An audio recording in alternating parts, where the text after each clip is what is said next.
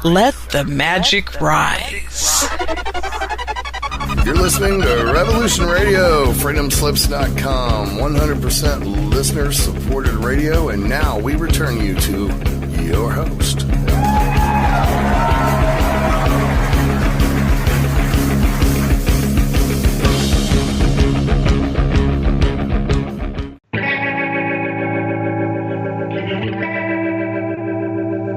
Hey, folks.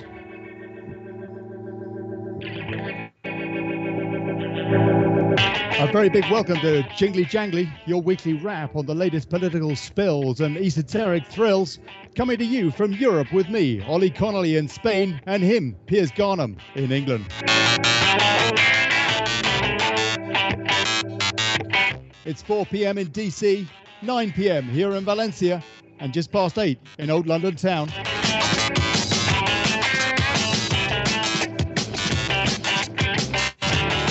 Okay, blimey, that's enough of that. Piers, wake up.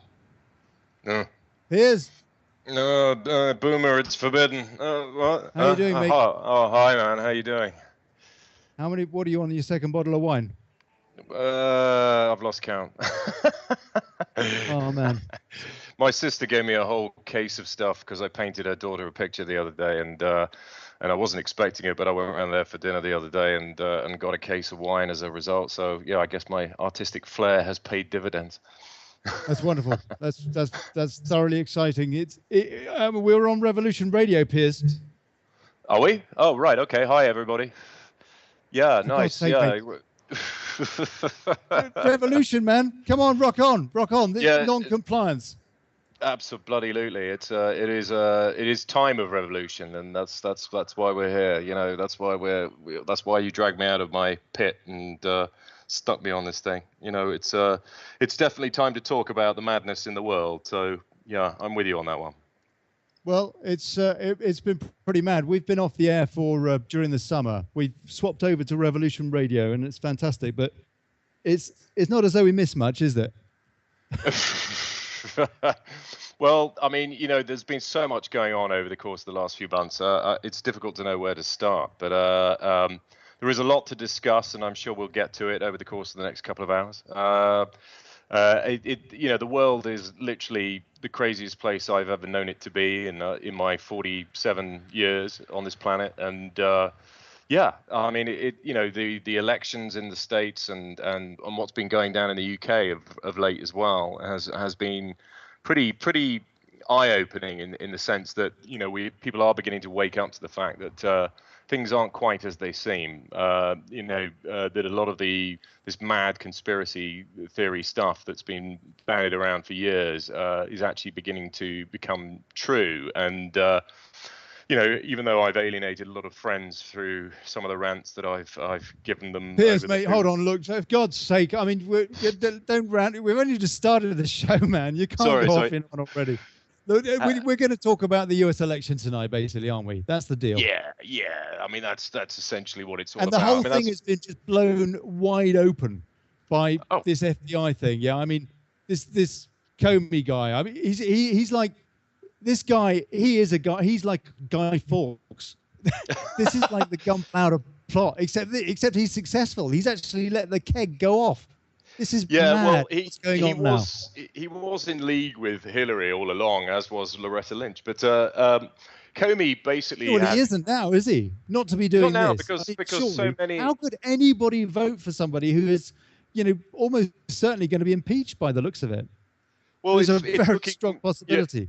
It looks increasingly likely, and we will obviously discuss all the reasons why we think that. Well, anyway, we're going to talk about that. We've got Gary Branson on tonight.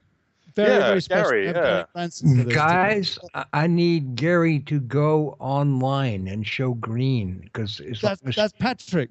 Yes, that's Patrick. That's our producer. Yes, it is. It is he. Patrick. That's me. So, Patrick, look, you've jumped. We want you to come on the show, but you're way too early. You're 5 minutes too early. You've jumped the gun, mate. Well, with Gary, he's going to be even less early unless he goes green. Gary, okay. Go green, man. Go green. Yeah, he's got to go and show online, or I can't get his call to hold. He does support Stein your ass now, Gary. Go green. Come on. He does. I think he does. I don't know. She's Yeah, getting I think- 1%. yeah, Hold I it, think 1%. Is that what she's getting, really? Yeah, I think 1% of the ratings. That's a shocker. I mean, if anything, everybody in America should just vote for somebody other than Clinton or Trump. I mean, anybody. It doesn't matter who, just anybody. Just pick a random candidate and vote for them, because neither of the contenders are worthy of being president of the United States. But which so. we will Our get. Gary, that's coming on. Our special guest for tonight is also introducing our U.S. political correspondent, our U.S. stringer. And obviously, got to be on tonight. Big week ahead, big few days ahead, and will be with us at least for part of the show next week as well to analyse what's been going on, and to see whether or not we find ourselves in the midst of revolution or what. I mean, who knows what is where this leads? Whoever gets the ticket. Well, the rumor mill is, flying with incredible stuff at the moment. I mean, I've been online all day doing a little bit of research, to try and back up what we're saying tonight. And yeah, we can go through some of the rumors that are flying around about the Clinton. At least you did that, because I have absolutely nothing but speculation. Yeah, well, it's all speculation at this stage. I mean, until we have cut and dried proof, then everything we say is speculative and alleged. So we can at the very least, though, Piers. I mean, the fact that the FBI threw a bloody bunch of petrol over the whole election race with just days to go. There must be something explosive there. I mean, some of the allegations online are actually horrific. They are about all sorts of stuff, paedophilia, stuff like that. I mean, we absolutely. don't know the truth of any of that. But we don't. Bloody hell! But I think I do think that there's weight behind it. I don't think it's all imaginary. I think people have seen the film Eyes Wide Shut. I mean, at the end of the day, that film by Stanley Kubrick, was all about sort of occult sexual behavior within the elite ranks of society. And Stanley Kubrick, was a controversial director who chose to hide himself Some people reckon he was topped. Well, in latter years, he hid himself away and refused to film anywhere outside the UK. Some people say that he was topped because of what he lifted the lid on with Eyes Wide Shut. Well, exactly. There's that, and a lot of the films they did in latter life, he wouldn't leave the country for. He wouldn't film abroad. They had to film Full Metal Jacket in the UK and in the East End because it had to recreate sort of scenes that weren't based in the UK at all, just because he wouldn't leave the country, because he was extremely paranoid. And you have all that, footage that may or may not be real about him faking the moon landings as well. He is an interesting cat, and yeah, he made that film Eyes Wide Shut, and it was all about, weird, deviant, sexual, occult practices within the ranks of the elite. And I think he was basically trying to shine a light on this being a real phenomenon. And it probably gets a hell of a lot more deviant than he even showed in that movie. I mean, we can go into this, the sort of more metaphysical, esoteric aspects of this if you want, because I know quite a lot about this. But we'll get to that at some stage tonight, I'm sure. But yes, the rumor mill is running riot. I mean, at the end of the day, I think that James Comey has had his hands tied. I mean, he's had apparently had a ream of resignation letters on his desk from various FBI agents who are appalled at the fact that he's basically protected Clinton, and they're all threatening to resign because they know what's really truly going on, and they've basically decided that enough's enough. Apparently the NYPD, the New York Police Department, also have a lot of footage from these computers that have been taken from Huma Abedin and Anthony Weiner. They in the 20 years that Huma worked for Clinton, she obviously would have recognized that her boss was a tricky, difficult, and pathologically ambitious woman.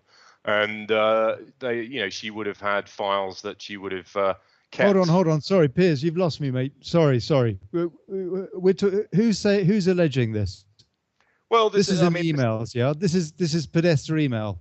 Well, yeah, it's not the Podesta stuff. No, this is other stuff that the FBI have got their hands on now. Excuse me. Sorry. You're talking about Wiener's laptop mails. Yeah, it's that and other Huma's. We really don't laptop. know though, do we? I mean, but this NYPD, this New York Police Department, the chief of the NYPD or the next chief or something, he came out and he said, yeah, I mean, there's horrid stuff here. We're talking pedophilia and stuff like that. But it is, Jeffrey Epstein. That was according to some reports that I saw earlier. Anyway, I don't know, and we know that there's this connection between Clinton and Epstein flying on the Lolita Express. 26 recorded flights. All that stuff. Private island, underage girls. Is that not exactly an eyes wide shut type of scenario? Exactly. Yeah, it is. Yeah, it is. Kubrick was onto something. And he was trying to let people know what the real world's really all about. And when you become part of the establishment, this is what this is all about. It's about paying dividends and allegiances and to your God. And a lot of people love to proclaim very vocally that the elite are Luciferian, sort of satanic worshipping people. Well, I think that's a sort of a label you can give them. But what you've really got to you've got to dig a bit deeper than that. It's not really fundamentally, that's just a label that you give. It's more to do with the nature of reality and what they're worshipping and how they can emote certain entities to do things for them and empower them through sort of sacrifice and the abuse of children. Children are extremely innocent and haven't built up a huge body of negative karma during their lives. So if they're abused, look, Piers, mate, yeah. Time out. I mean, yes, I'm with you, but I don't want to get in all that tonight. This is an election special, mate. It's not a pedo special. This is the way the world.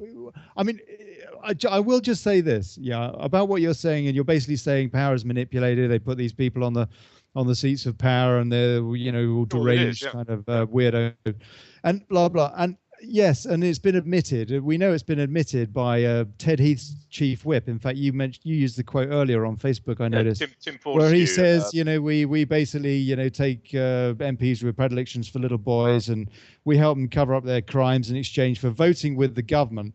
And the government will do basically what it's told by its special interest lobby or whatever. And a lot of people, myself included, well, at least I suspect, that's largely the reason that the EU came about, because MPs across nation borders were similarly sort of chosen for power, and people like Ted Heath, who a lot of allegations about, may be wrong, but I mean, if you are, do you want to just clear up to everybody, just spell out exactly who Ted Heath is, just to Ted Heath was the ex-PM, and I mean he was Prime Minister of the UK in the early 70s, Conservative Prime Minister, the one really that took us into the Economic Community, which was the first stage of the EU, and there's a lot of allegations about him being a predatory paedophile, Jimmy Savile has links with him as a provider, as a pimp. That's right. And now there are allegations about Bill Clinton and about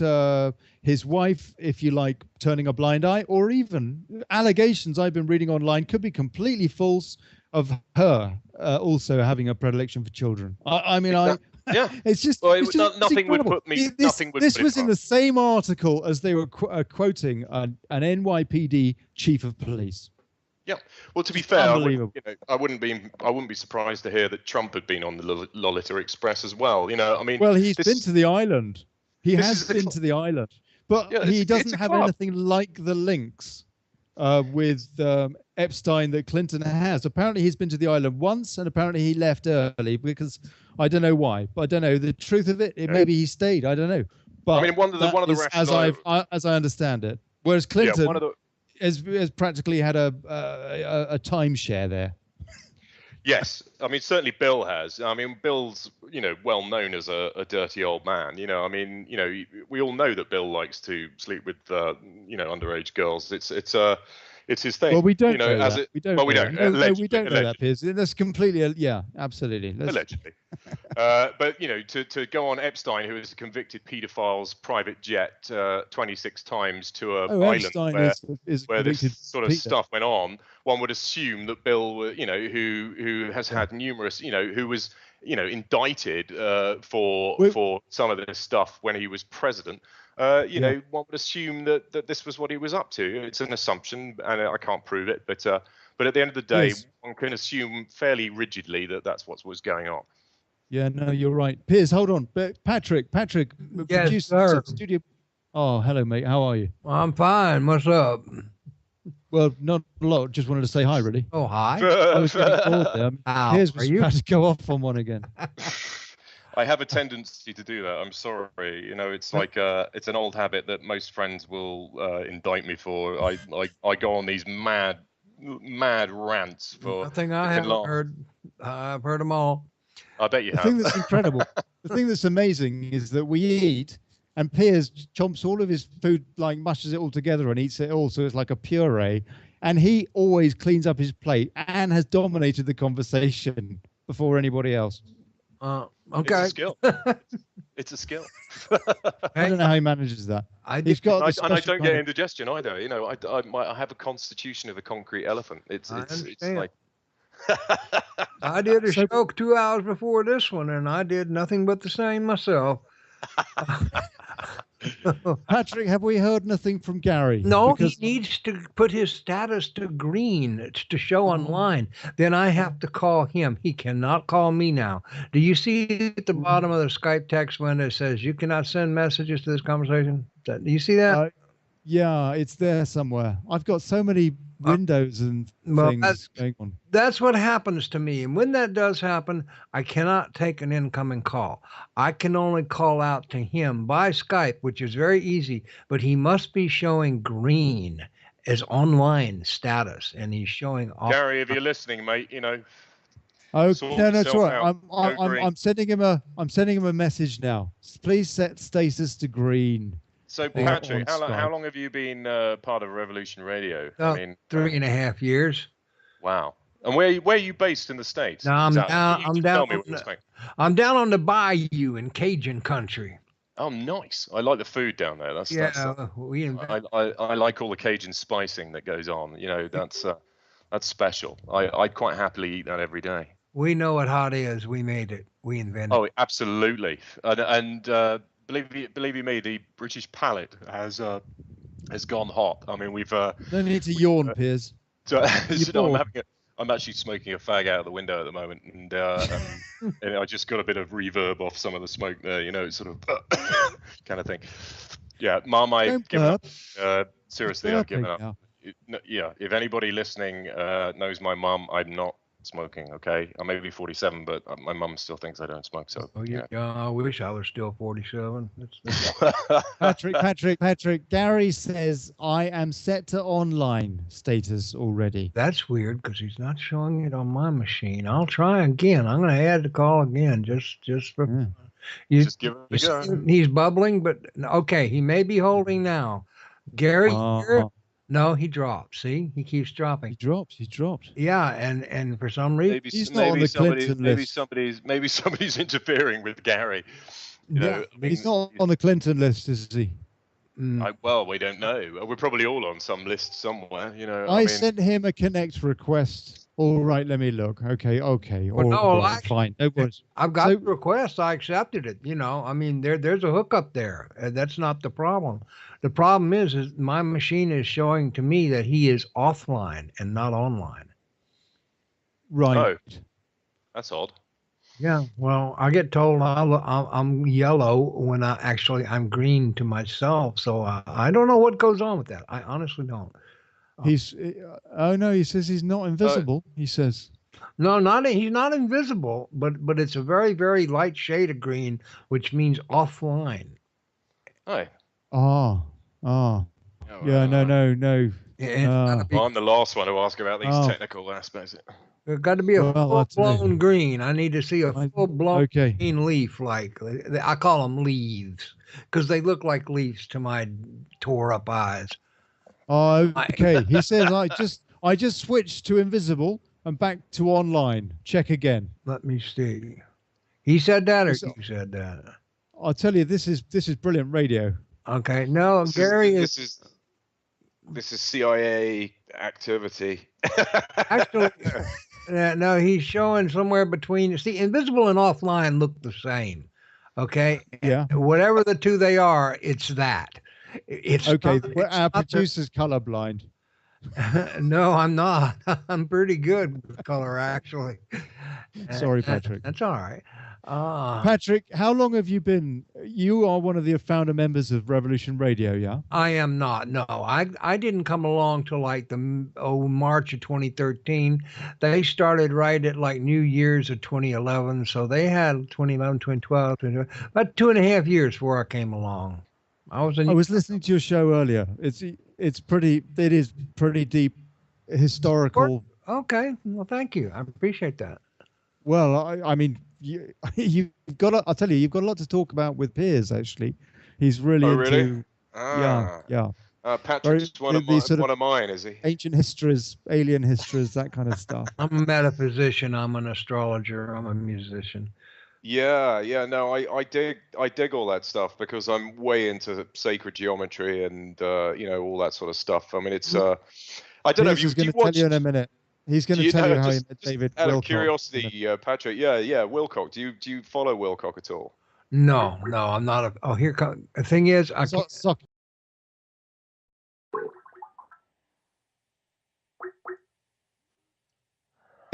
Good evening. Okay, now we got one. I'm going to get Piers. Hey, Patrick. My apologies. I did. It's all right. The one thing I forbid myself to. Now. All right. I don't know what the hell happened there. I can tell you exactly what happened. Gary did call, but I can't call. He can't call from outside. I have to call him. Okay. I can't answer a call. That's right. And you saw it happen. Have you got his handle now? Can you give him a call or? Well, he's offline, so that doesn't let me add him to the call. That's the thing. Yeah. He's coming in now. I'm getting well, him. Yeah, that's because I did. No, but he is. I did. Yeah, he hasn't got any. Okay, that's weird. Gary, if you're listening, man, we don't know what the hell's going on. It's some strange. I didn't really want Gary on the show this week anyway. Poor Gary. I like Gary. Gary's cool. Gary, call me now. Call now. I should be able to answer. Hold on a sec. He won't be able to hear that. Piers, tell us a nursery rhyme. I'm not a pheasant plucker. I'm a pheasant plucker's son, and I'm only plucking pheasants. Okay, no, we'll forget that. Patrick, tell us your thoughts on the 8th. What do you think's going to happen? But you're in West Virginia, aren't you? You're a West Virginian. No, I'm in Louisiana. You're Louisiana. Sorry. Cajun country. Yeah, I'm on the. Oh God, you're Cajun. I'm way south. Well, actually, I'm mostly English, but is where. So that will go to Trump, won't it? Louisiana. I would imagine. I really don't try and keep tabs on that. I will be offline on Tuesday, at least with respect to a whole lot of what's going on. I will be here, of course, and I'm sure I'll make a trip early in the morning to the polls. Seriously, you won't keep up with it during the day. You'll wait and see what happens, sort of thing. No. I'll be any station. Patrick, just vote for anybody but the Hillary, please. Anybody. I will go vote for Trump. That's what I will do. Good. Okay. Well, I think he is the lesser of two evils. I mean, The interesting thing about Trump, is that he's not the establishment candidate. This is the key aspect. Hillary, it has all the banks and the corporations and all the big businesses behind her, and the military industrial complex are behind Hillary. This is why you have Republicans, leading Republicans voting for Hillary as opposed to the Republican candidate, because Hillary represents the very candidate regardless of Republican or Democrat. She represents their candidate. And this is why the whole system is completely rigged and farcical, and that actually democracy is being completely usurped, not just in America, but in the UK as well, is being completely usurped. It doesn't really matter who you vote for, as long as they get their candidate elected, whether it be Democrat or Republican. And the interesting thing that we've got going on now is that we have a Republican candidate who none of the top Republicans are going to vote for, because he's not their candidate. He's not part of the establishment. He's an unknown quantity. He cannot be totally and utterly controlled, although they might end up totally and utterly controlling. We don't know that, though, do we? There is a possibility that he could be a Trojan horse. I mean, really and truly, the number of times that we thought we were voting for something different to what we ended up having. And I'll give you two bloody good examples. Tony Blair in the UK is one good example, completely different from what we expected. And the same with Barack Obama. I mean, we are change. I mean, yeah, right. What kind of change is that? Change for just more of the worst. I mean, so he could be another candidate that basically says one thing and then does something completely different. But on the other hand, we do. But on the other hand, we do know what Clinton's record is, and she'll just do more of the same. We know that. So it's guaranteed disaster with her, or I mean, he says the right things, in my opinion, on most things. But whether or not he is going to follow through, that's going to be it depends on how much the powers that be threaten him. Which is ultimately their only card to play if he's not part of their club. And I don't think he is a direct member of their club. And therefore we certainly hope not. We certainly hope not. But he's certainly very close to it. He's close, but I don't think it's the full cigar. He's not a skull and bones man. He's not not like John Kerry or Bush or any of these guys who are all part of secret societies and all the rest of it. He's not like that in that sense. There's a bit more of that than you may think. Yeah, there is a lot of that going on. I mean, you can't with really Trump himself, I mean. Oh, okay. Well, yes, that wouldn't surprise me. That wouldn't surprise me. Go on, Patrick. Well, could you go on? Yeah. Well, hit us with some enlightening facts. Well, this is something Mr. Rowe has been covering on some of his shows. I don't have all the details, but it has to do with his mother's side of the family and some segment of the Knights Templar, and he's connected there. And his family has been, it's out on the Isle of Lewis in the Outer Hebrides, and have been the keepers of the Kalanish stones for years. Yeah. And this carries some weight. And the curious irony, too, is that he is a businessman. And considering the state of government today, which is all business, he is just the person they would be looking for, or at least she would think, considering. Yeah, that's right. I mean, his argument is that he's a leopard that's changed its spots. I mean, hard to, not common, but that's what he's saying. He's saying that he's been on the other side of the tracks, and therefore he can, as a public servant, do something about it. I know the tax code better than anyone and all that stuff, but that's a tough truth pill to swallow for people. But on the other hand, look at the opposite. Look at the other ticket. Gee, I mean, yeah, that's very true. Patrick, it's very Gary is ready for you to contact him. He's restarted Skype, mate. That's what he said. Oh, okay, he's still showing offline, but I'll try and try to add him. See, he's right there on the screen. I can see him on the screen. He's he drops just like that. There's the Clinton Information Association, the CIA, are basically blocking him, I think. Sorry, what a bore. And now, if he does try to call, it's doing that same thing to me again. There's no add to call button on it. So if his call comes in, I can't answer it, because if I do, I create two calls and I knock this show off of that. Yeah. Hold on, Patrick. If I give him the telephone number, he can call this number, can't he? The 310 number. Well, look, let me give you another number, okay? And it's all right. It's my international Skype number. He can use that, and then that will hopefully will get him to us. It is 337. Hold on, 337. Yes. 335. 335 0085. 0085. If he calls Call that, that. yes. Now, Okay. probably, All right. yeah, still won't get an ad to call. See, the problem is, if he's trying to call to me, I need an add to call button on that call to get him in this group. And Right. therein lies the rub, because This is Skype. I blame Microsoft. it's not one. It doesn't have it. And so if I hit answer, I ruin the whole show goes off the air. All I can do is hang it up.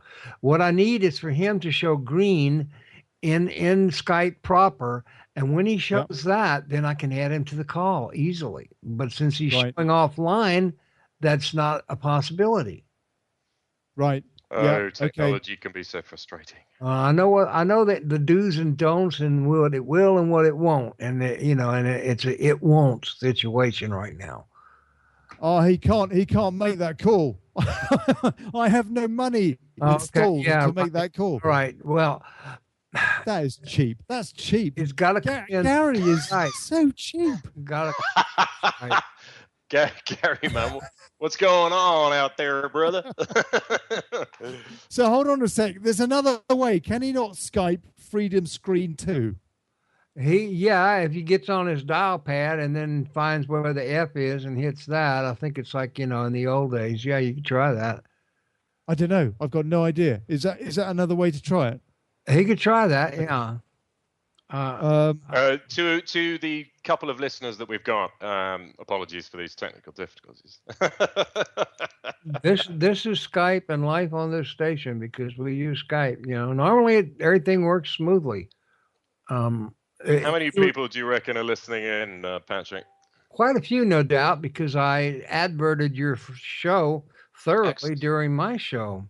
Oh, well, thanks. Thank you very much. We'll obviously have to return the favor.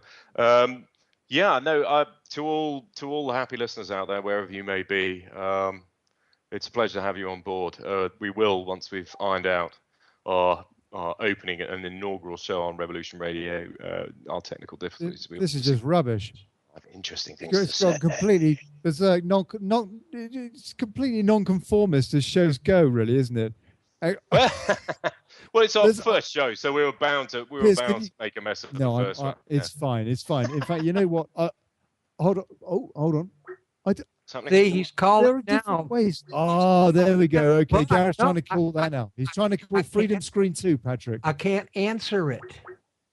No, you can't. You can't answer it. What the hell's going on? It does not have the add to group button in the box. Listen, anybody listening who has a Skype knowledge, I can call him, but I can't hold him because he's not showing online.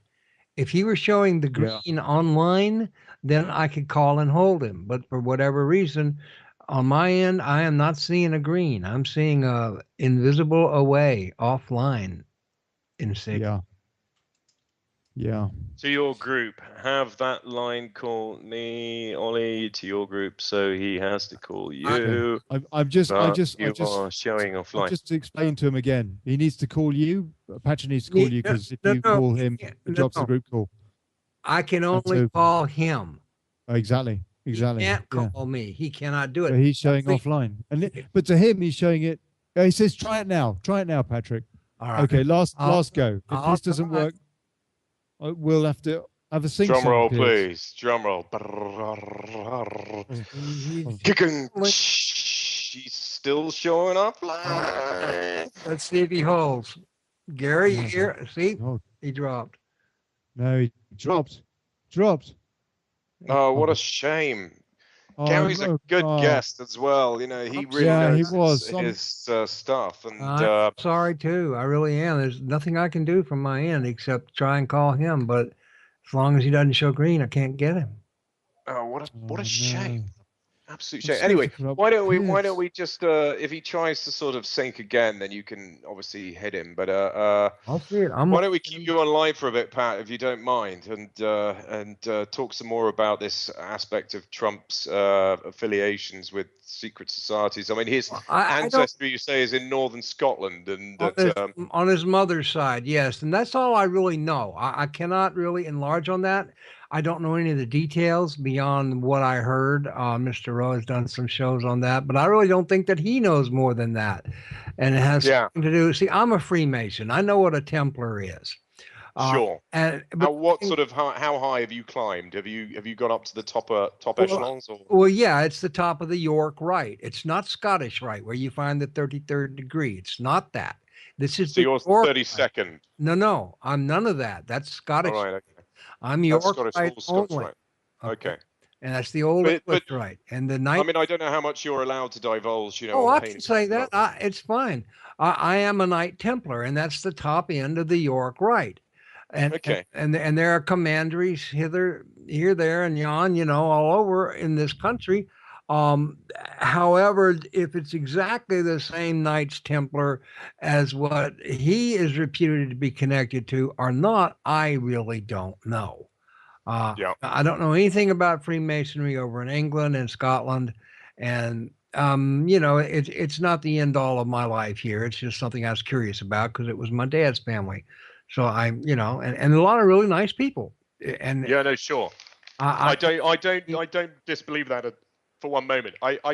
What's interesting is the esoteric knowledge of the upper ranks of masonry, and is it all to do with sacred geometry? I mean, Walt Disney, made cartoons that he put out back in the day, describing sacred geometry and the pentagram and the significance of that, and how it can be translated into the macabre, and actually there was a little Polish guy, a student in Poland quite recently. I can't remember his name actually. I thought I'd written it down, but clearly I haven't. It's quite a difficult name to pronounce. But he's basically fired lasers and bounced laser beams off each other and photographed a individual photon, and it shows the shape of the Maltese cross, and which actually fits the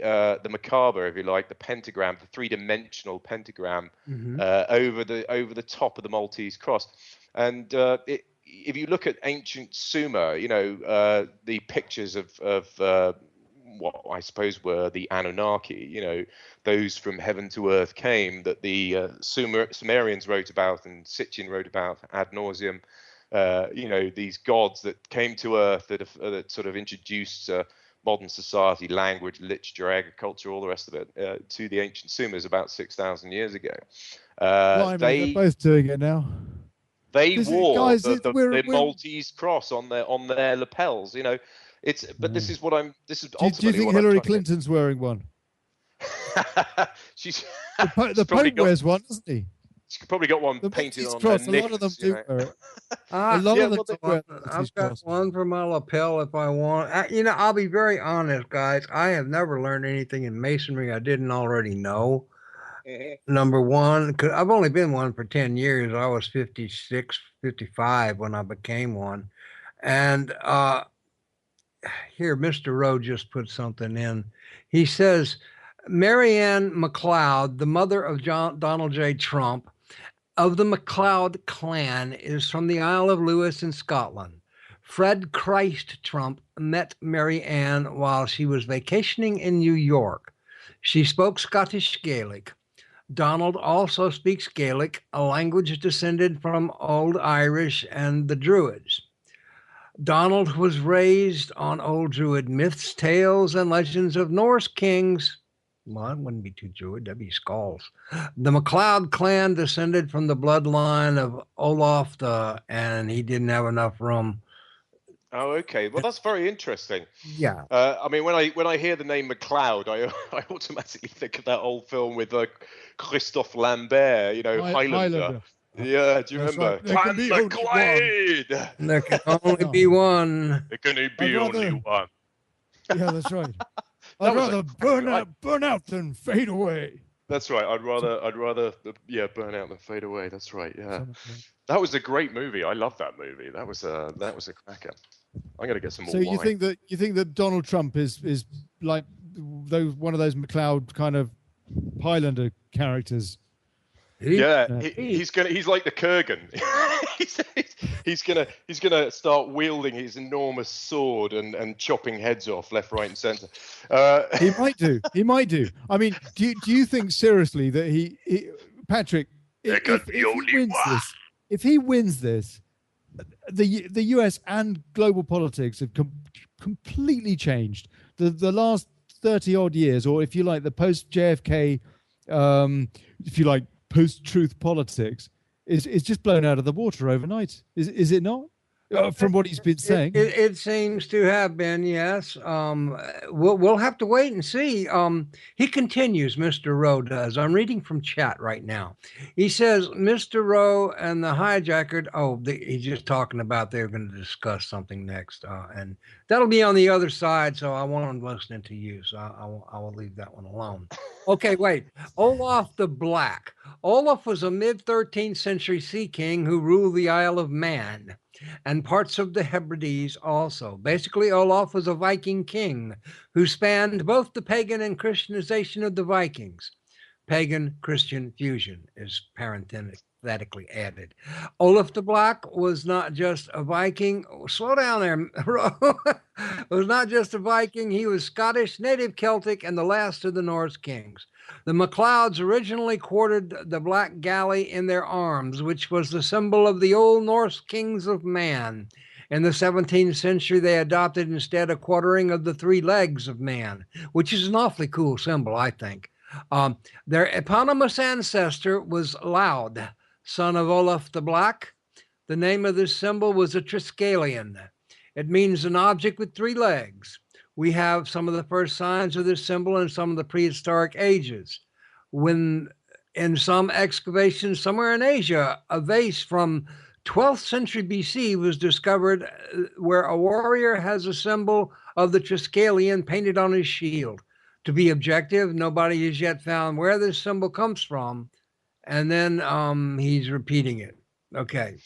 Yeah. Well, it's very interesting then that they should choose the Clan MacLeod in that film Highlander. Then I mean, I've always been a strong believer that that the kind of powers that be, because they're not supposed to circumvent our free will.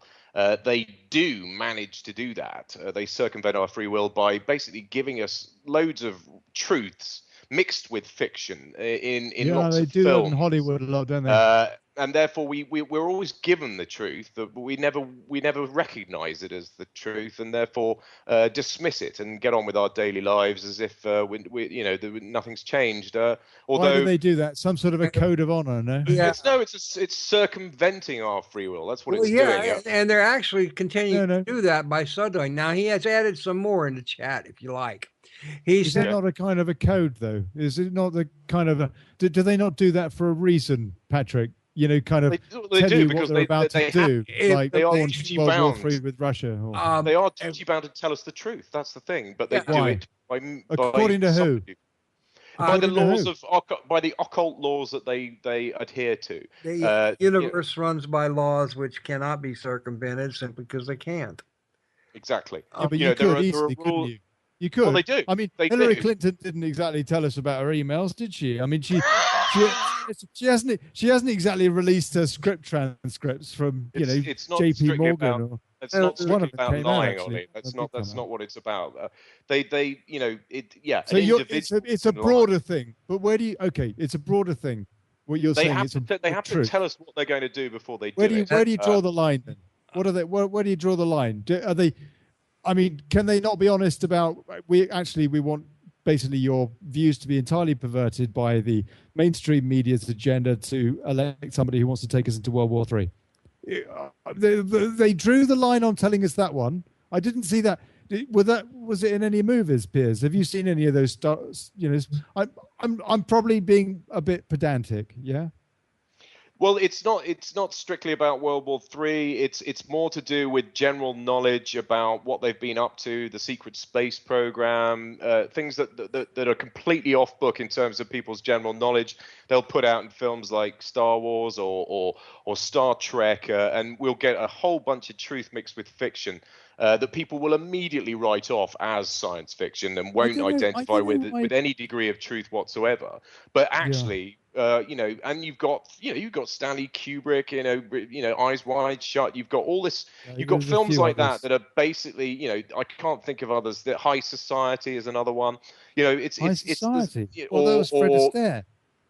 Or, more perversely, you've got films like They Live. Look at what Oliver Stone's doing, for goodness sake. I tell you, Oliver Stone is doing some damn good work these days. He just did that. I haven't seen the Snowden movie, but I know what his kind of stance is, Oliver Stone, and his work. I saw him interviewed on RT the other day, but he is not part of the club. He is exposing, not, yes, he is. Yeah, absolutely. He's not part of the MK Ultra type mindset at all. Not at all. He's definitely anathema to it.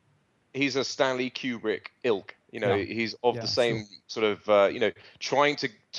He's very cool. Out and pervade. Did you see his documentary, The History of the United States? It was over about 10 or 12 or 14 parts or something. Did you see that? Oliver Stone's History of the United States. Absolutely brilliant. Really, I would have really liked to have seen that. I mean, I do think check it out. You get it on YouTube. America was, America is founded on masonry. The first president was a Mason. I mean, your capital city. I mean, as much as I loathe Dan Brown and his very amateurish style of writing, but some of his books and some of the aspects of what he writes about are really quite interesting. I mean, the fact that Washington D.C. is literally completely Masonic. I mean, the whole thing is totally Masonic. From the way it's laid out, the geometry that's that's basically in the architecture and the streets, and I mean, London is more of a kind of spaghetti, because it's lots of it's been around for a lot longer, and we didn't have the opportunity to build a purpose-built city. We were just adding chunks and demolishing stuff and changing everything in a hodgepodge. DC was built recently so they could town plan it properly, and exactly. They did. In the shape of Masonic symbols. And it is built on the Great Dismal Swamp too. That's what is it? What do you mean, Patrick? It was a swamp. They filled it in. How did they do that? Must have blimey. I don't know, but I've got some more here on McLeod and Masons right here on the screen. If you want to hear it, Patrick, are you still a Mason? Yes, I am. You remain a Mason to this day. Well, yeah, I am. If you get sick of it, you just. Are you active? Are you active? Reasonably so. If they need help, I especially. Do you put on an apron and run around the bedroom? Not. You put one on and run around the lodge just when you put it on. Run around the garden. I think the neighbours. I think the Masons do a great deal of good, but I do think that the Skull and Bones Club, these sort of elitist aspects of the Masonic order, and I'm talking sort of very generalized, sort of broad spectrum of lodges and philosophies. I do think when you reach that level of the game, you start to get into some serious sort of black magic voodoo type stuff, and Patrick, what do you say to that? What do you say to that? I say that's possible, and I say there's a lot of monkey business in the Scottish Rite, which is not Scottish but French. All right, you have to bear that in mind. Yeah, the York Rite is the English Scottish Rite, actually. And that's right. I have nothing to do with. Sorry. Say that again. I didn't. The York Rite. There's two main rites, the York and the Scottish, and never the twain shall meet. It's almost like the white hats and the black hats.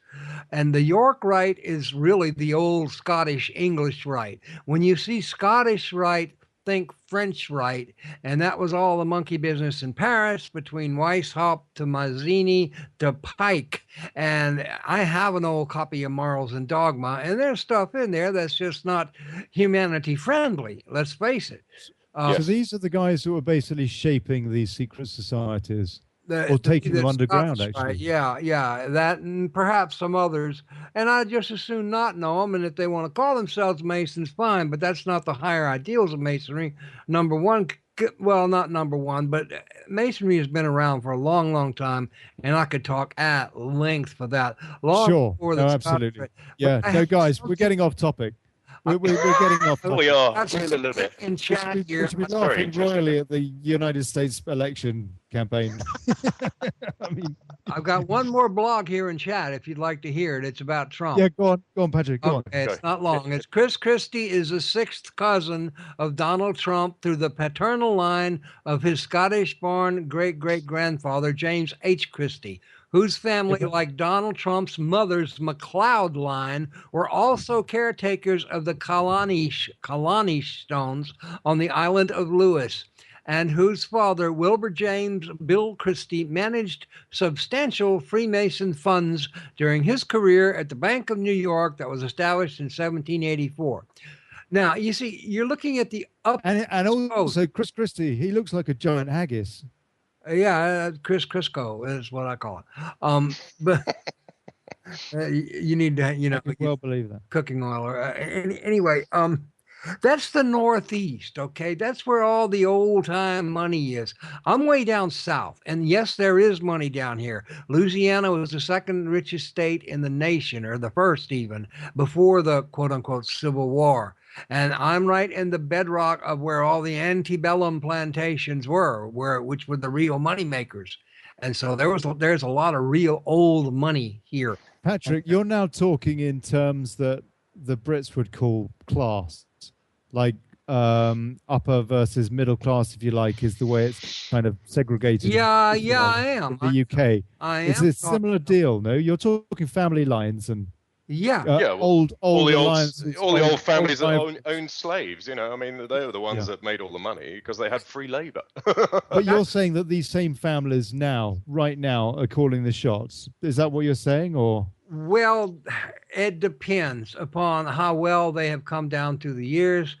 And what and there is old money, but whether or not they're successful or whether there's nouveau riche come and shove them aside. Between the shipbuilding and the oil down here, there's a lot of money, and then there's just a lot of the old money that they seem to persist. Just exactly how and why, I am not sure. You're not allowed to see everything, so you know there could be holdings there. Sure. Investments. Well, who knows? We all know they keep shed load offshore. I mean, that's been proven quite recently. I grew up in the Episcopal Church. Okay, now we were never wealthy, but my mother always had those connections. She had her fortnightly meetings, and so I knew and know these people to one extent or another. So I can, kind of look at it, and I know who's who and just where they get what. I'm not going to walk up to it and ask them because I won't get a straight answer, and it would just be poor form anyway. So is Trump's family, they're old money, are they, or new money? I mean, like a combination of both. Bit of a combination of both, right? Yeah. I mean, he's obviously got some history and some ancestry. He must have less money. He's had 3 marriages. Yeah. Well, he likes young blondes, doesn't he? He's a bit like... I don't know how much money he's really got. He's a bit of an unknown quantity as Donald Trump, isn't he? Because, I mean, for example, it's reckoned he lost that $1 billion or something, which he wrote off at least a sizable chunk of to tax, if not all. I mean, we just don't know. But he must have burned a few quid on the election. It's almost as though a certain level of society, it's not about... you've just almost got an illusion of wealth is worth more money than actually having wealth. It's like, how many debts have you got? How many properties have you got that are in negative equity, for example, or where you haven't paid for all the building costs or what have you, or it seems like one enormous juggle, a bit like the U.S. economy. And I just wonder how rich some of these people really, really are. And we probably will not know because they never got to the bottom of the Panama Papers, did they? No. Patrick, we're going off, aren't we? Let me get this right. In a minute's time, that's it. We're off for 7 minutes. Tea break. Yes, we're off for 7 minutes tea break, or whatever you said. It could have been another letter. Scotch break. Terrific. Okay, cool. Hold on a sec. Let me just do something. Just going to test this. Just see how this sounds. Go on. You got some Piers, effects. are you there? You're there. Yeah. No. I'm going to get some effects. We're going to get some effects going into this show. Oh, well done. So yeah, guys, that's it. I mean, Patrick, thank you very much. And will you join us for a bit of the next hour, please? You need me. You need me to produce you, but I'm. Yeah, we do. Well, by all means, cut in whenever you like. You know, it's good to have you on board. You're an erudite man whose knowledge is adding a great deal to our inaugural show. Don't leave me alone with Too Piers. kind.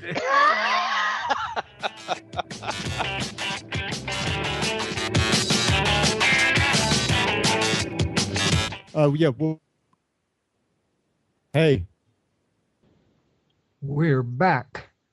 I got some spots here. That's cool. You got somebody there? What? I got somebody here. I can hear your voice. It's me. I'm here. I don't know where Ollie's gone. Maybe he's gone for a slash or something. He's probably nipped out to have a wee nip of scorch. You know, a bit of single malt, just to sort of wet the whistle, just to sort of help him through the second hour. You know, so I can. Oh, sorry, we're back already. We are. We are, man. We are. We're back. I thought we came back at 3 minutes past. It's not. Ollie, stop being so pedantic, for crying out loud. I had to heat up my coffee and I got a beer. Oh, well done. What, are you having a coffee and beer at the same time? That's yeah, because my arms don't reach between here and the fridge. And you've got one of these wireless affairs, haven't you, Piers? I have. I've been wandering You've around. You've been known to go to the loo in the middle of the show. I have already. I did. Nobody noticed. I actually realised that Patrick was looking at me. I was about to put a. Anyway, never mind. I had a vase I was going to do my business in, and I suddenly realised I was doing it right in front of Patrick, and he's like, we're on video. We've got I can see Patrick in his at home in his studio, and I suddenly thought, Patrick's seen it all. No, I'm gonna go around the back of the computer. Patrick wouldn't have said a thing. Sorry, I've probably revealed way too much. But anyway. That's great. So basically, Piers, in the middle of the show, you can never be quite sure whether or not he's just taking a pee in a vase. That's great. That's lovely. My plants love it. You know, my orchids are doing so well. Have you got real flowers, or have you got these plastic things? No, I don't have the plastic ones. I have real ones. I've got a really nice orchid. I thought you pinched some of those plastic things from a foyer of a hotel. Oh God, no! I'm not into fake plants. I mean, some of them look amazing. Don't get me wrong, but they're not real, are they? I mean, come on, let's face it. I like real. Hold on, we're talking about the U.S. election campaign again. Oh yeah. That's a perfect segue. Yes, exactly. Let's get back into the nitty gritty. Let's talk about some of the accusations. You know, as mad as they may seem, about Clinton and Donald. You don't even need to look at the mad accusations, though, do you? I mean, quite aside from the thing that I guess the main reason I do this kind of stuff, activism or whatever, as best I possibly can, is because I just find it remarkable that people can see the kind of stuff that's going on the news, the kind of the build up to the situation that we have in Syria. Everything post 9/11, basically, it's just been so, to me, it's just so obvious that there's this serious problem and we completely need a reset button. And yes. So quite aside from Trump, and I appreciate a lot of the vote is a protest vote, as it was, for example, for Brexit. I respect that argument. I would agree with it. I'm a Brexiteer, by the way, for the record. But so am I. But aside from that, I find it incredible how many people still go along with it and will still vote. I mean, for example, I've got ardent Clintonista friends who just will not have a word said against her, irrespective. And I just find it incomprehensible that you can support what amounts to tyranny. You know, killing kids on the other side of the world, you know, droning them. Like, I can't understand how anybody can say that Obama's been a half decent man as a president in terms of his record, well, in terms of his overall record, and in terms of the amount of innocent people that have died under. Dude, you and I are. I know that these people are controlled by bigger interests, yeah, but nonetheless, you know. They don't. Anyway, sorry. There you go. That was my rant. Yeah, they don't do the research we do. I mean, this is... but how much research do you need, Piers? How much research do you need to see that people are being bombed, blitzed out of their homes on the other side of the world in Aleppo or whatever? And guess what? Europe is having a cultural massive change, unprecedented change as well as a result. A lot of people are being messed around all over this globe because of what amounts to war profiteering and looting. They don't want to step outside their comfort box. I mean, look, it's like Neo being unplugged. Well, how can it be comfortable voting for that?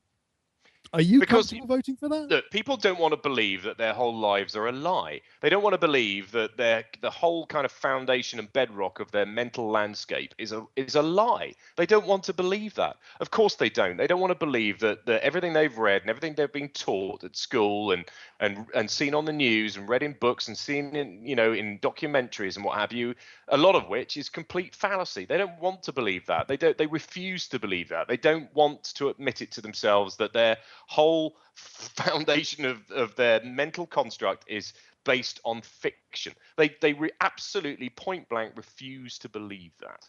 And it's unfortunately, possible that is now, the way... Piers, not to dwell on at least the very possibility of that. I mean, there must be times, for example, I don't know, maybe you shove on Question Time like a political Q&A in the UK, or you listening to the radio and you hear some news story and you get a flicker of, I don't know, the refugee crisis in Greece on the Greek EU border, something like that, or Calais this week. They cleared out last week or so. They cleared out the refugee camp in Calais. When you hear of any of these kind of things, how can you not feel? Well, I mean, how can you just be blasé about it? You can't. You can't. Surely there are less and less people that are feeling blasé now. Surely there are more and more people that are concerned about their complacency, political complicity. But they're manipulating the refugee. We're voting for this stuff. We're voting for this. They're manipulating the refugee we are crisis, cumulatively responsible. Sorry, go on. Well, we are. But what they've done, the West, the Western war machine, and Great Britain is merely the lapdog of America, and we bark every time the States asks us to. We are literally it's the lapdog of plutocrats, and so is the United States. Yeah, but we're controlled by the American military-industrial complex and the American corporate conglomerate. That's basically. Well, how much of that is American-owned is another thing, but yes, I agree. But we essentially we take our orders from the USA. We are like the 51st state. I mean, we really are. And we have, cooked up evidence in order to create or sustain or perpetuate war. And we have maimed millions of innocent people who are now leaving their cities that we have literally laid waste to.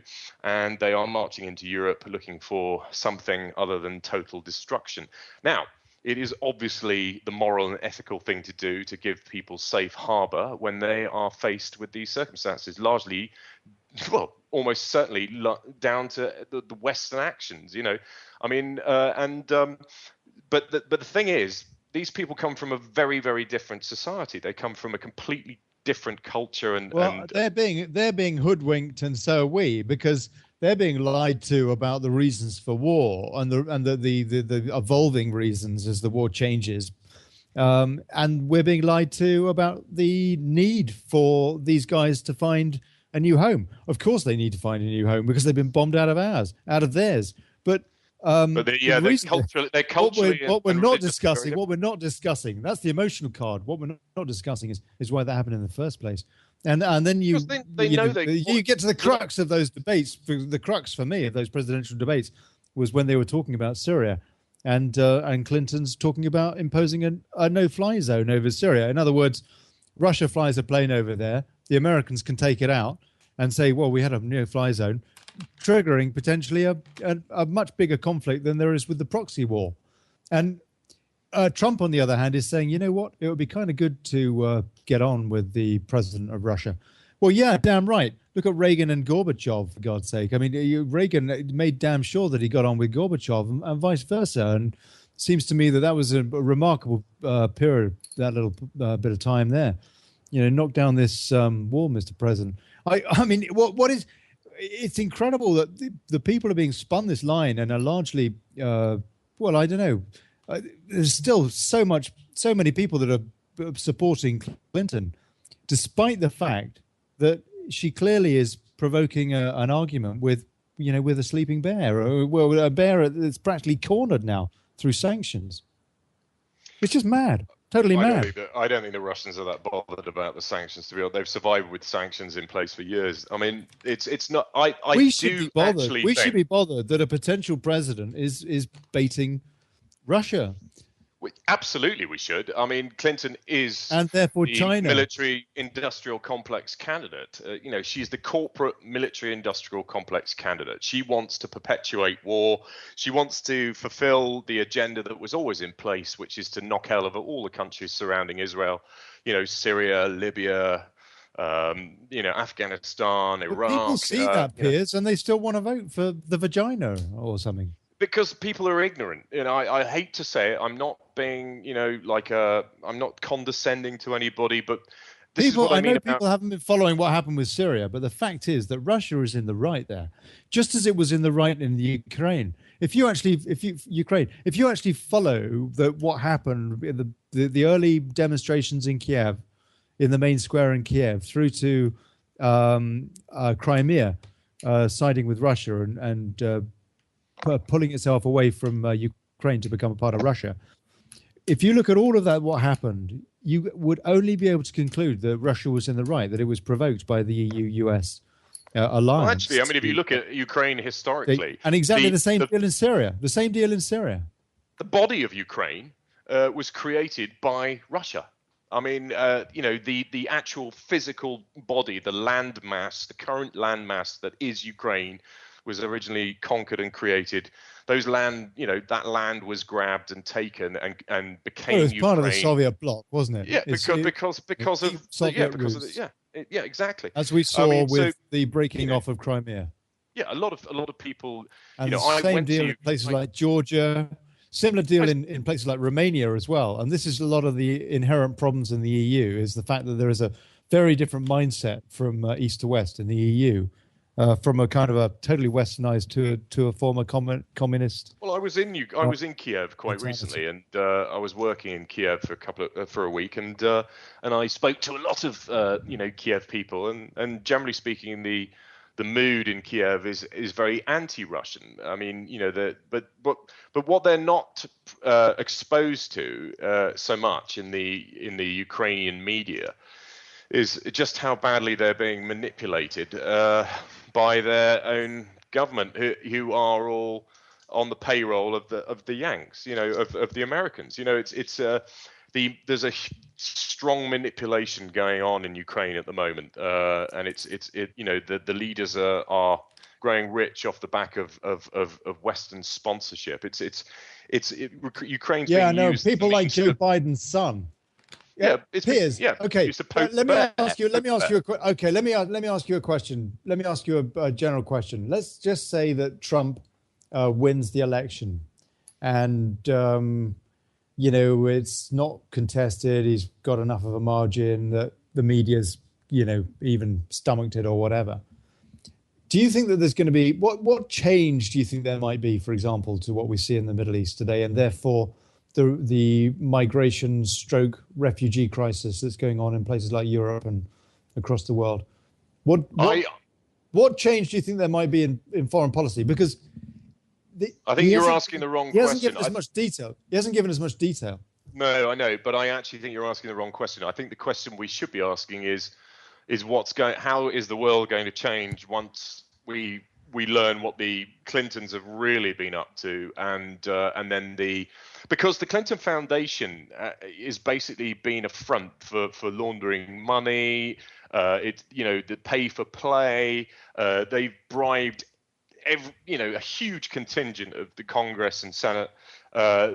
Everybody's on their payroll. It's the reason why Comey and Lynch have, they're all on the Clinton Foundation payroll. They've all been bought up.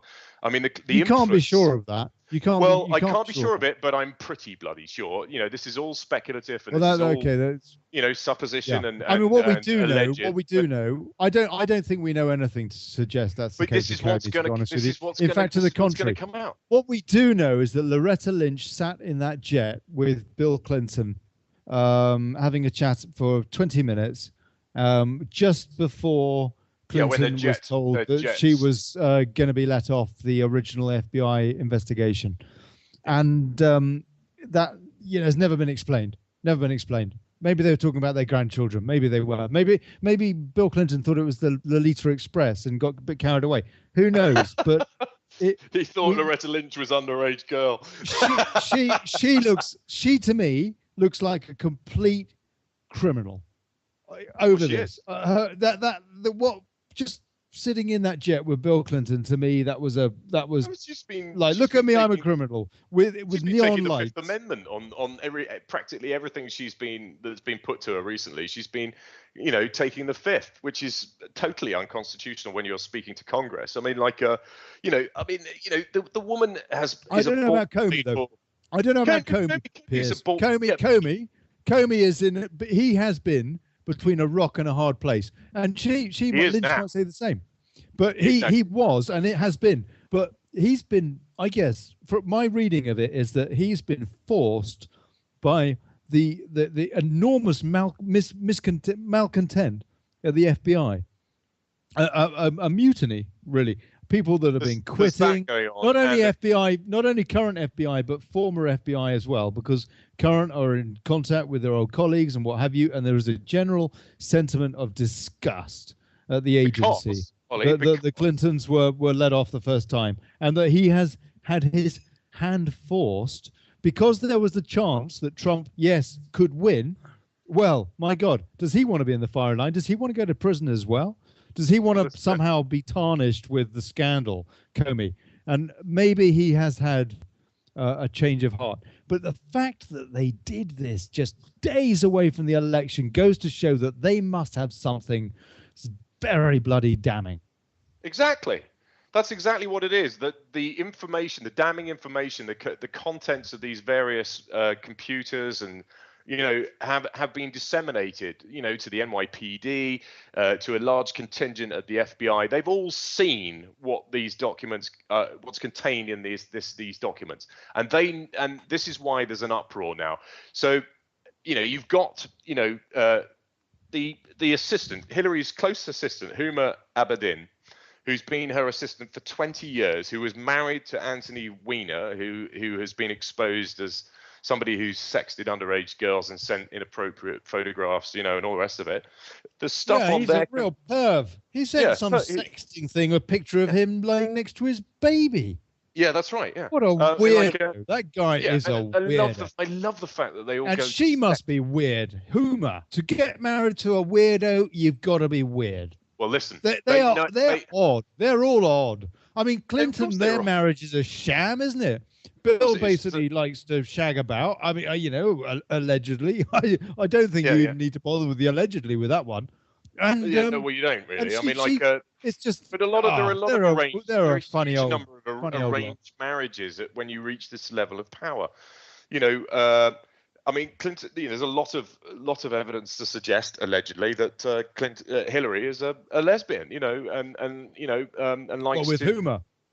Well, I don't know about Huma, but that's the allegation there, isn't it? It's all over the web that Clinton and Abedin Huma have been a thing for years, and that's what I mean, there's another piece that's been flying around the last few days that they had a threesome with a, well, I don't know, man, but I mean, some pretty bloody awful stuff.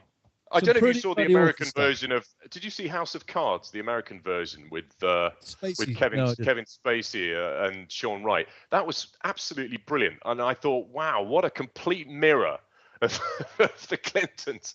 I mean, it really, literally was like Bill and Hillary Clinton. I mean, there couldn't have been a closer mirror. Sorry, mate. Patrick, you were concurring with that about the Clinton Huma rumors. I've heard as much, yes.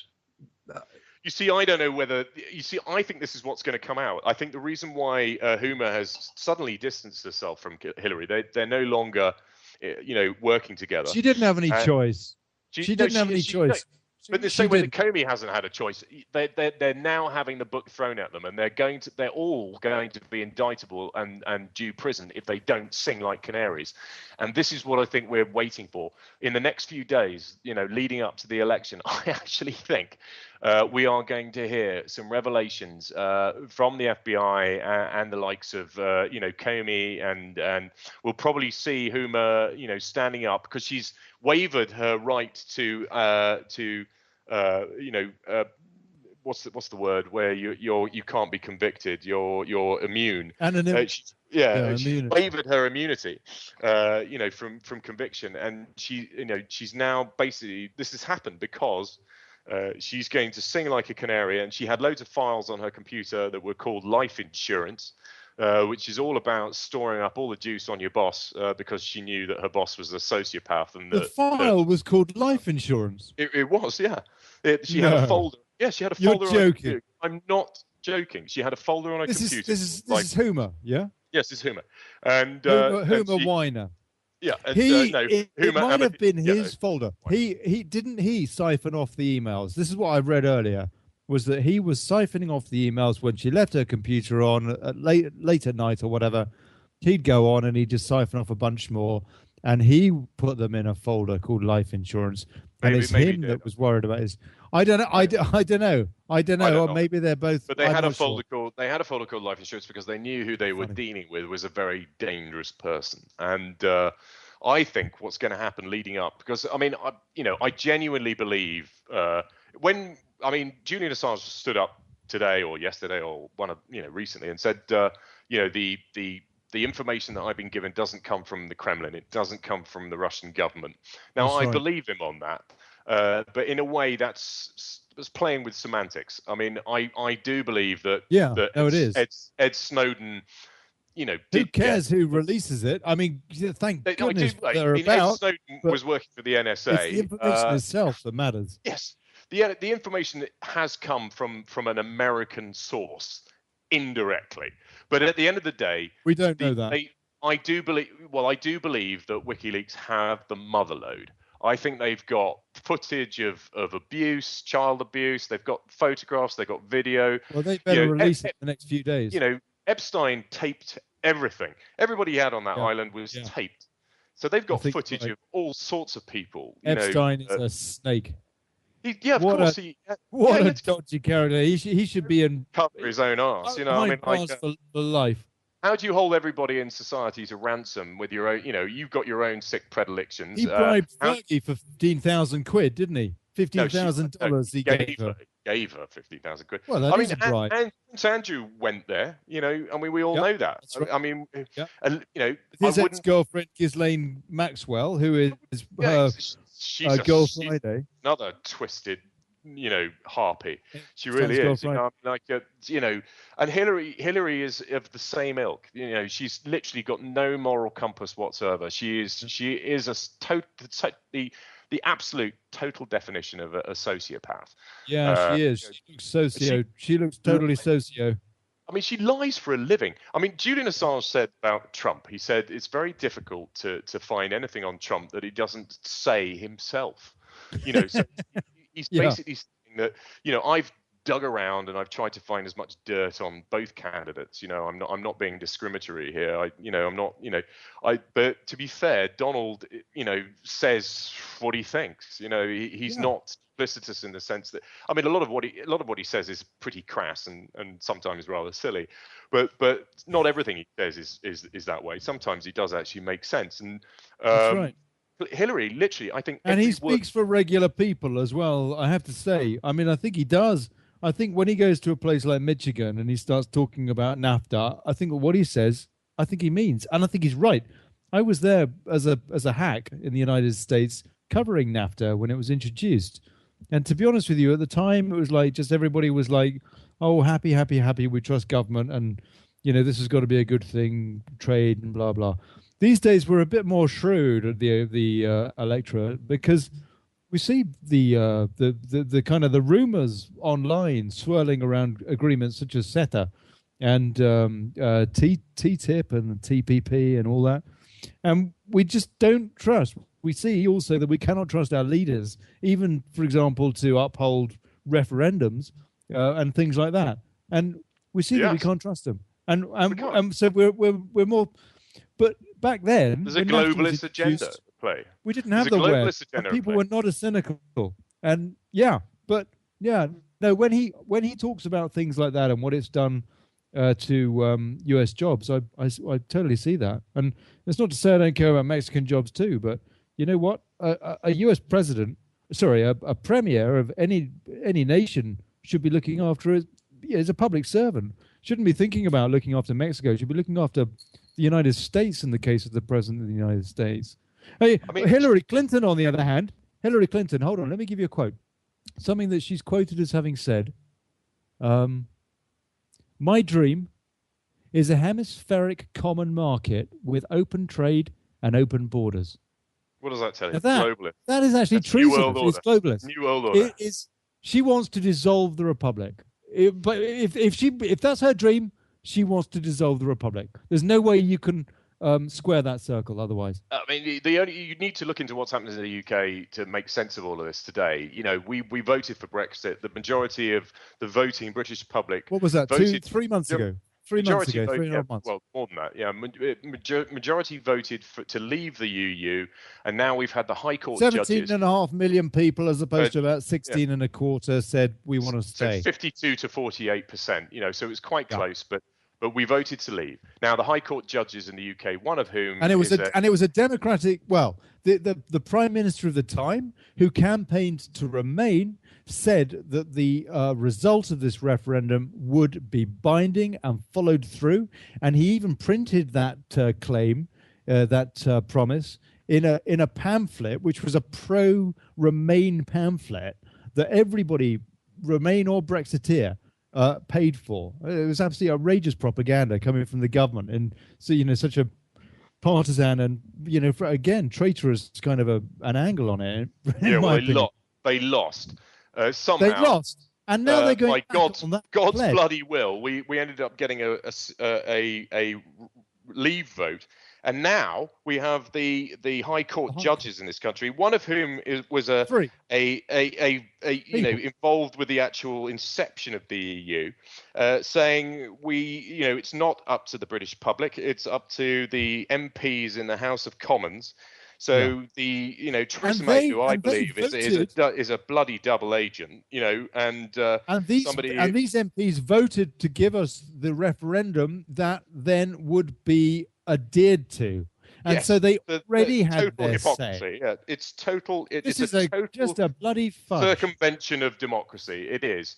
I mean, we're going to get away with it, Piers, because this is a big thing. Trump's been going on about Brexit and saying how his taking the POTUS slot is America's Brexit. He says to the power of 10 sort of thing, and it obviously would be a pretty damn big gig. Do you think that Brexit will happen, or do you think that I think a lot of it's going to stem. It's going to depend. If Clinton gets in, Brexit is far less likely to happen. If Trump gets in, I reckon Brexit's more likely to happen. It is because the whole establishment, whether it be the US establishment or the British establishment, are all linked, and they're all guilty of. Yeah, they're all guilty of numerous crimes, a lot of which has been documented. I mean, paedophilia is not just an American thing; it's a very much part of the British establishment and has been used as a method of control for decades. And I mean, there are other aspects, more weird, esoteric, metaphysical aspects to the reason why child abuse occurs, but we won't go into that now. It's very prevalent in the UK establishment. And it's a fantastic control mechanism for agencies like MI5 or Mossad or whoever. Yeah. Anyway, absolutely. It is. And what the thing is, because Epstein filmed everything, that's all been hacked, and or the secret, the NSA and other agencies in America have got all that footage, and then Snowden pinched it, or somebody pinched it, and then they've parceled off a lot of this information once it's been decrypted to the likes of WikiLeaks and Julian Assange. They're now in a position where they literally got the establishment by the kahunas. They've got them by the balls, and this is what we're seeing being laid out and bearing witness to right now. We're seeing the likes of the closest associates to Clinton being forced to play ball, because it's either play ball or go to prison for a very long time. And so they're all basically now going to squeal, like they're going to squeal, and they're going to come forward, and we're going to start. I don't know how much of the information they're going to release, because the degree of outrage when it does come out is going to be so great, it could cause riots and massive discord in the streets. They're going to have to be very careful about how much and how they go about disseminating this information, because if they dump it all in one go, it's just going to mess with people's heads too severely. They're not going to be able to handle the severity of just how twisted and corrupt these people are. I think they are going to have to do it. They're going to have to. I do seriously think that something's going to happen to the Clinton campaign before the election day. That's going to be so significant that it'll influence people's decisions on election day. The thing is, I mean, on the precipice, when you look at it when you look at this election from a geopolitical perspective, with all the interests that you see on the news every day, the key stakeholders in this geopolitical game, they do not want a Trump presidency. In fact, they desperately need to retain their scalps a Clinton presidency. Yes, are they going absolutely right? Are they going to let? I mean, if Trump gets 55-45, for example, if it's real clear cut, are they going to? How can they prevent that? How can they prevent that? But this is an election that a lot of very important and thoroughly vested interests cannot afford to lose. Well, that's why George Soros owns about 16 states. He's a good example. He's a good example. Through the Diebold machines, Diebold, whatever you call them. I don't know. Do you think he'll be in prison within a year if Trump wins? Well, I think if we do end up getting a full blown revelation, in terms of like the best juice that WikiLeaks are retaining and have held back. I mean, they're. I really need a pee now. Go. I really need a pee. Go and get a vase. No, I haven't got any vases. I've got an empty coffee mug. Well, that's probably not enough, is it? You'll end up overflowing all over your desk, and that's a problem. Not cool. Your keyboard. That's always a problem. I've got a pint mug, but I need to drink the water. Crystallized piss out of the pint mug to get out of keyboard. Yeah. If I drink the water in my pint pot, then I've got a pint pot. Yeah, but then I'm gonna need to pee again. But it'll give me 10 minutes. Yeah. Do that. Drink your water and refill the pint pot with Olly juice. Yeah. And that's then I'll be all right for 10 minutes, and then I'll need to fill it again. Try not to do it too close to your microphone, so we don't all hear some sort of little kind of like. I've got a beer bottle, but I've still got a bit of beer in it, and also it's a bit. This is one of the pitfalls of doing live radio. The fact that you end up having to like. I don't want to hear the noises, man. For God's sake, stop it. Let me just wax lyrical while you're. I'm not doing anything. I'm not doing anything. I'm just sat here with my legs crossed. I heard a little. like you managed to get your flam done, and you were like. That was probably me just thinking, oh God. Anyway, yes. So. This is an unfortunate campaign then, and either way, it's going to be sticky. But I mean, the idea, the thought Clinton winning is just is frightening, man. It's just frightening. Yeah, it is frightening. Can you? I mean, you can't go on this. This path is just ruinous. It's ruining the entire planet. Everything is being spoiled. But I think this is the key. This is the lynch. Bloody kamikazes. This is the moment in history, human history. It has to be. I reckon Trump's right. It's now or never. That's what he reckons. And I mean, I was saying it last time round. Maybe it was slightly for effect, but I was really like, go Ron Paul, you know? But Ron Paul has been saying so much brilliant stuff lately.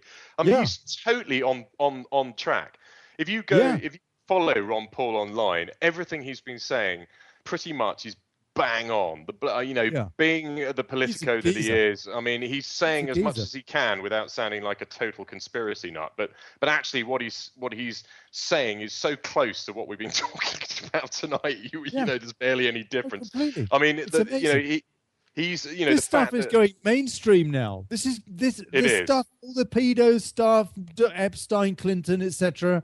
That was way back on a DavidIcke.com forum or something. Yeah, but good on David Icke for having it and talking about it and his people. Absolutely. I don't believe woke a lot of us up. But now they're talking about it in the New York Times. They're talking about it in the New York Times. It's almost getting some breath on CNN. I mean, the Clinton News Network. It's just incredible. I watched CNN the night after the revelation.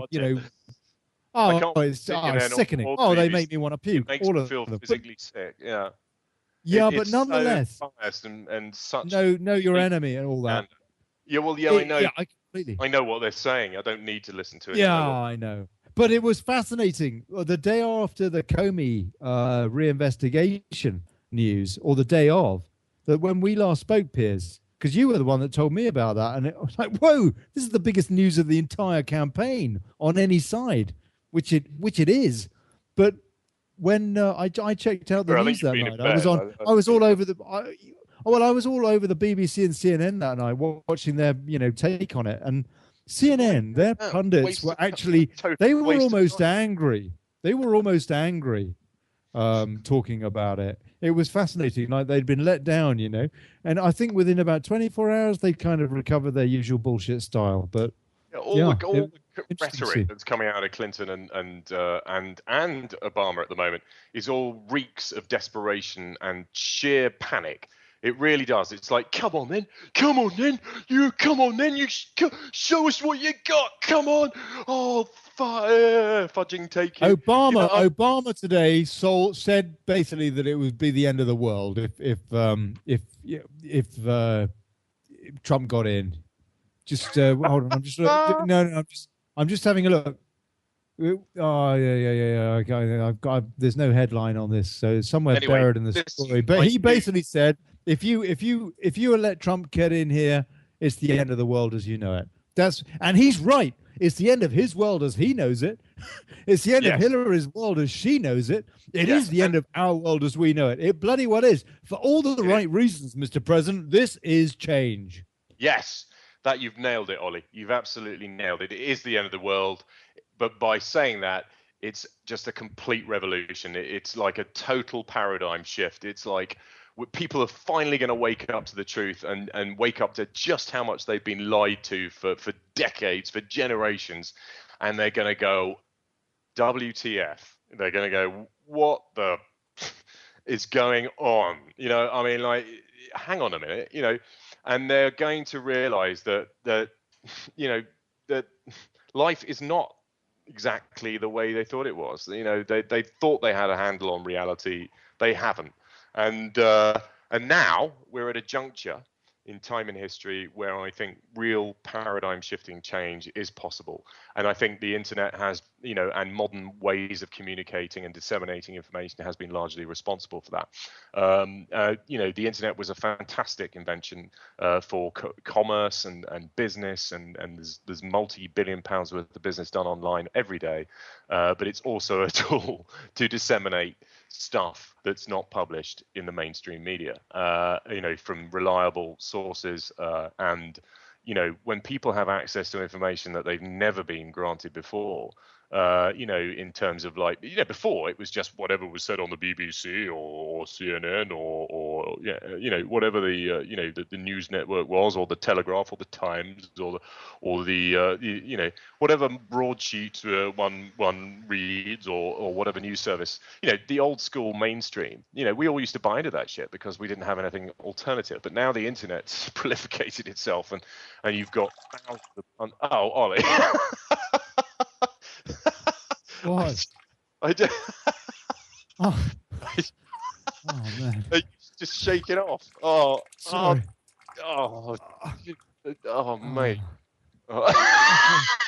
It sounds like you're knocking one out. It's just. Oh man! I tell you, I so needed that. Oh, sorry, guest. Sorry, listeners. It's what they like in Spain. Sorry. They've got manners. All they Excuse me. Especially the Brits living in Spain. They're the worst. The Spanish. I live with a Spaniard actually. The Spanish are cool, but So I've got 10 minutes, and then what am I going to do? Do I this pint pot? Well, you live in Spain with a, and I live in England with a Spaniard. So in many respects, we're quite similar beasts. Yeah, 20 years with my Spaniard, blimey. And we both have a lot of Spanish in our lives, and Yeah. Spanish people are really rather cool, I have to say. Yeah. Anyway, slightly off topic.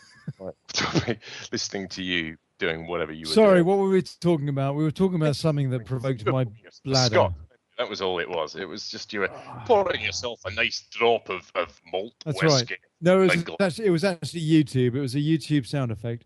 I'll see if I can find your toilet flushing. They've got some excellent flushing toilets. Anyway, yes. So yeah. I mean, but America, this is just completely useless, though, isn't it? Because the whole point of democracy is to have candidates you actually respect. I mean, I'm not. The bottom line is that if America really had to think about it, I don't think that America would have chosen either of these two candidates. And at the same time, the more, if you like, independent-minded candidates, so Jill Stein from the Greens, Johnson from the Libertarian guy, who seems like an idiot, frankly. These candidates are getting, 3 and 1% respectively, or maybe 5 and 3. I mean, basically nothing. So yeah, because they've been the electorate completely still is bought into the fact that it's a binary choice. It's a binary choice. Yeah. And that's it. The majority of people are still in the matrix. I mean, I hate to use that cliched analogy. But on the other hand, they're lucky, Piers, or could be if he isn't a Trojan horse. They could be lucky that Donald Trump somehow has managed to completely take over the Republican Party. I don't think he gave a stuff about the Republican Party any more than he gave a stuff for the Democrats. I think he just, frankly, was an opportunist. And a bigoted opportunist at that. But on the other hand, I mean, I'm not saying like a terrible bloke. I don't think he is. I think he's just one of the, bloke down the pub type. Well, character. I don't know. I've been to Florida and I've met people who have hung out with him at parties and stuff. And they're not hugely complimentary about their impressions of what he's like. Well, put it this way, he seems a lot more human than the Jeb Bushes of this world, or I mean, look, if it was a choice between Hillary Clinton or Donald Trump, I would vote for Donald Trump every time. The Clintons are totally, allegedly, and utterly corrupt. They are literally gangsters. I mean, there was some guy on American TV. Who actually said this? Where are my notes? Damn it! Here they are. A chap called Lou Dobbs. Yeah, FBI. Yeah, Lou Dobbs is cool. I like Lou Dobbs. FBI assistant director went on. I don't know, MSNBC or Fox or one of the news channels, and basically said, they're like the Gambinos. They're a crime family. The Clinton Foundation is a crime syndicate. they've been laundering money from the cartels in South America. They've been, laundering money from the heroin trade in Afghanistan. They've been, the CIA have been helping them shift all this coke and heroin into the Americas, and they've been using the foundation to launder these funds, and then they use this money to bribe and influence everybody. And the reason why Clinton is so bloody untouchable is because she owns everybody. And if she goes down, the whole system goes down. The whole system, the whole of Congress, the whole of Senate. I'm not saying everybody's bent. That's Am I on a rant? Is that? Have you? Oh, sorry, mate. Have you got a bit of is that through the eye of a needle kind of stuff? Have you had There's a really good one here. This hold on, this next one. Next one. You're on YouTube. You're just trying out. This is trying out your Richmond sound toilet. Yeah, hold on, this is a Richmond toilet flushing with 15 gallons. Here we go. Okay. Oh, come on, just flush the damn thing. Okay. There you go. Oh, no, just... That is 15 gallons. I'll tell you that one could be on CNN. Dude, you could flush the biggest load of shit away with that. It could be a 5-pound stool, blocking. I bet they've got one of those. I bet they've got one of those in the White House. Well, that's every CNN reporter literally has one of those coming out of their mouths every time they open their mouth. So it's like it's like you need a proper, decent, hardcore turbocharged flush to get rid of it. The bullshit. Do you think that? That is another takeaway from this election, isn't it? The media has been seen for what it is. Surely now people,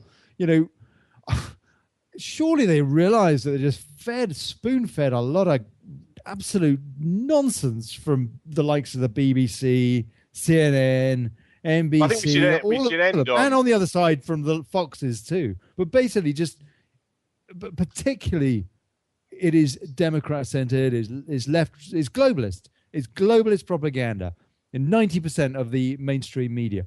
But look at it this way. Takeaway of this election. Surely more people are waking up to that. Okay, Bush was. I'm just looking. I'm looking for nuggets of hope. Hope. All right. Let me just start by saying Bush Senior, New World Order agenda globalist candidate. Yep. Bush Junior, New World Order Council globalist Foreign agenda Relations. candidate. Council Foreign Relations. Bill Clinton, New World Order agenda globalist candidate. And so on and so forth. For New World Order as well. Yeah, and then you've got Obama, New World Order agendist candidate. You've got Hillary Clinton, New World Order agendist candidate. You've got Donald Trump, not New World Order agendist candidate. We don't know that for sure. He says not. Yeah, he says not, but I think as you alluded to earlier on. Quite a U-turn if he was. He seems to have got the establishment suitably riled, where they're spending an inordinate amount of time preoccupied. That's got to be a good thing, hasn't it? That's got to be a good sign. He also destroyed the GOP. That's got to be a good sign. No? Yeah, 8 minutes. 8 minutes. Thanks, Patrick. We've been ranting like a couple of English loonies, and like a couple of rancid dogs. I'd just like to say to the American listeners, if there are any, we're not anti-America in any way, shape, or form. I've spent a lot of time in America. Piers, you rant on for a sec. I'm going to have to take a pee. We love America. I love America. I've been to America. Americans are some of the most genuine, decent, friendly, people I've ever met. You can go to America on your own, and people will welcome you into your home, and I really appreciate that, and I love that spirit of curiosity and the fact that you're so welcoming and pleasant to strangers from outside, and that is something I never want America to lose. I love America, and America is an extremely diverse and incredible place. You cannot generalize about the States. It's too big and too vast, and there's a huge amount of incredibly intelligent people, and you cannot generalize about America.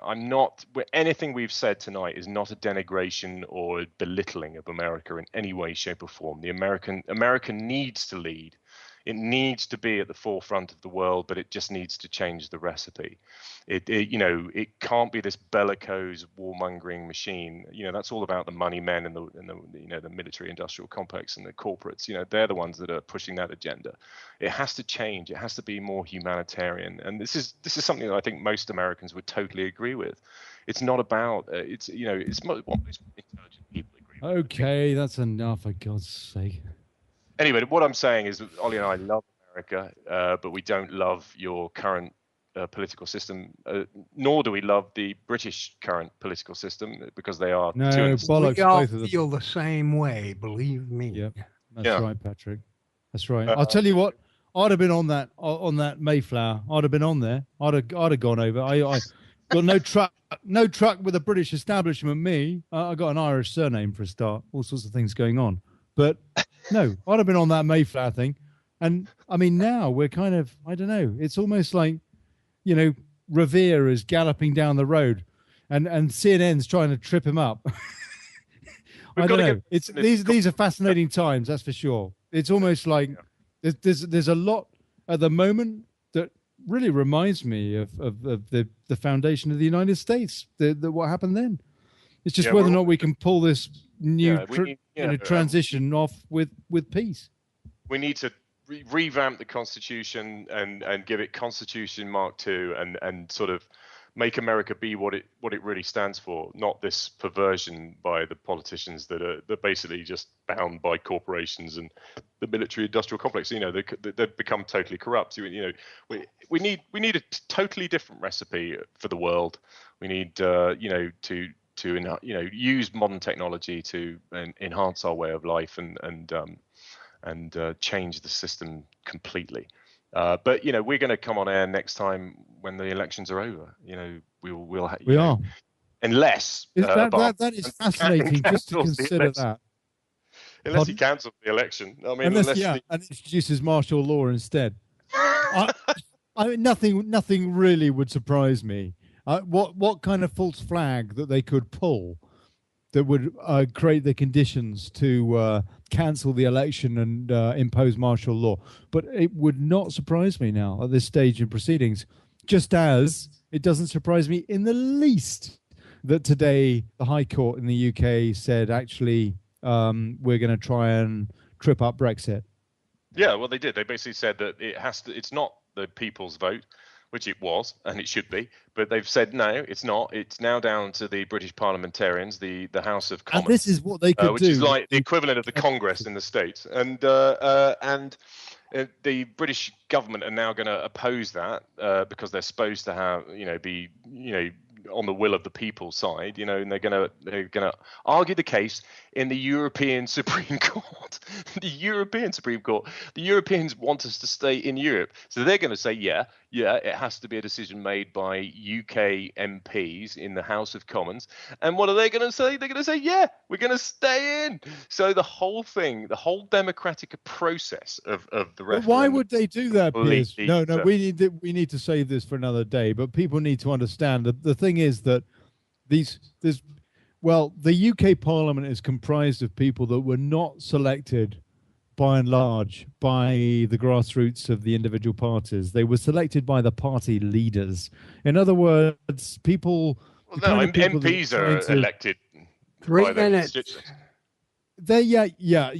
Thanks, Patrick. They are, yes, Piers, but nonetheless, they are selected by...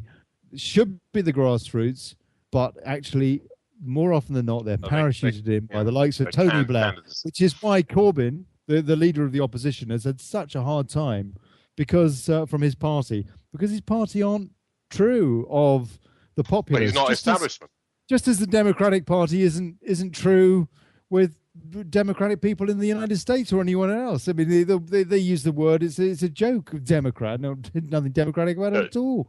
We might as well finish by saying same deal in the UK because these people have been, and so them having the vote to overturn Brexit is therefore very, very dangerous because they will vote for corporations, and the same deal as CETA, the Canadian trade deal, was accepted with the EU by all the nation states involved, because the nation states didn't bother to consult their populations.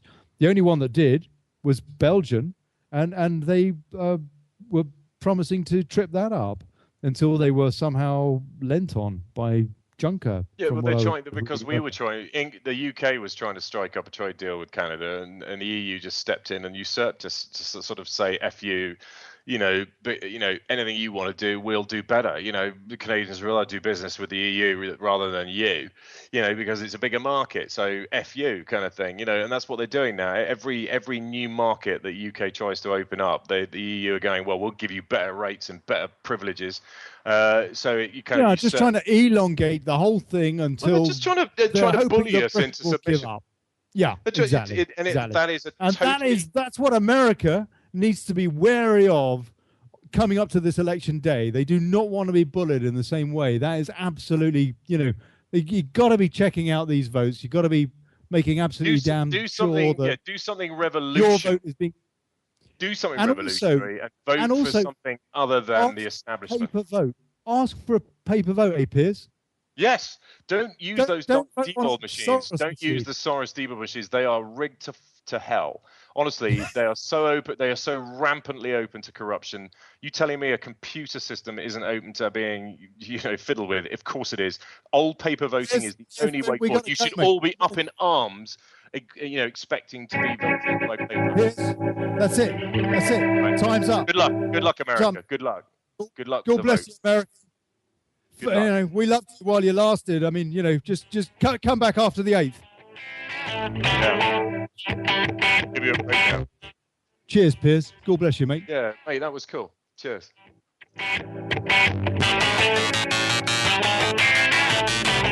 Oh yeah, that was Jingly-Jangly. Yeah, on Revolution Radio.